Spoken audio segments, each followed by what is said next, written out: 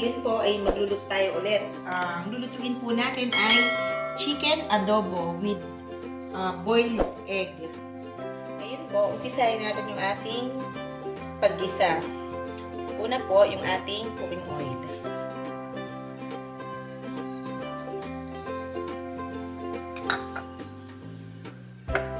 Sunod po natin yung ating bawang.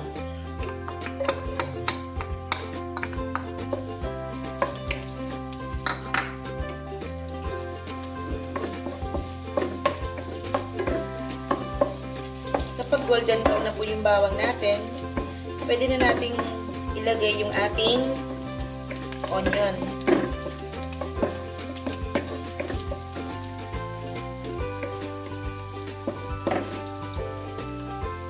Madali lang po yung chicken adobo natin. Madali lang po. At mabilis lang siyang lutuin.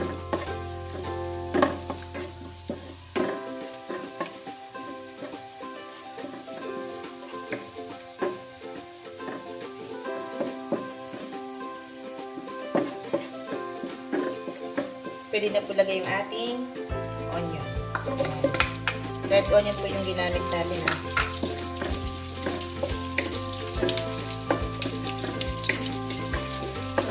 Kapag malambot na yung onion natin, sunod po natin yung ating luya o yung ating natawag nilang ginger. Naglalagay ako ng konting luya para yung lansa ng chicken matanggal siya. Hindi siya ito po yung ating luya.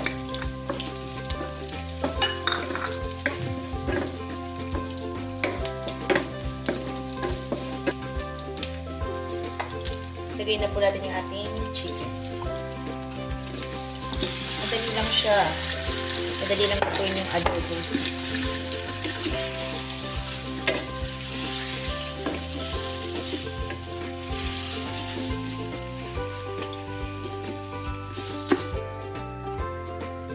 Lagyan po natin ng paminta. Pagkatapos po ng paminta, sunod po natin yung ating vinegar. Ayan. Kapag may suka yung ating adobo, bago mo na haluin hayaan mo lang siyang kumulo ng kumulo. Sunod po natin yung ating toyo.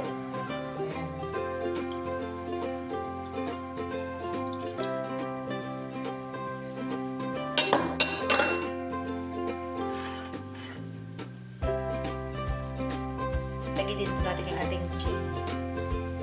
Para may konting anghang. Ngayon po, takpan natin yung ating chicken.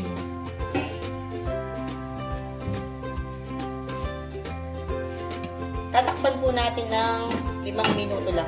Balikan po natin after 5 minutes. Makalipas po yung ating 5 minuto, ayan po yung ating chicken, kumukulo na. Ihalo natin siya para magpantay yung toyo sa laman ng ating manok. Tsaka yung lasa.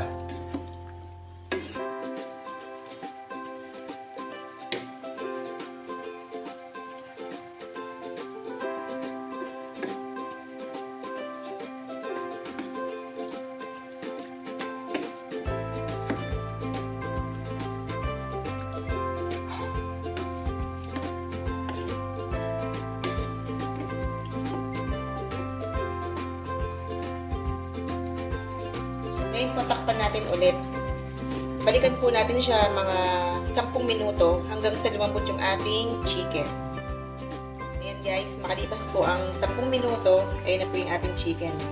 Malambot na po siya. Ngayon po, pwede na natin ilagay yung ating nilagang itlog.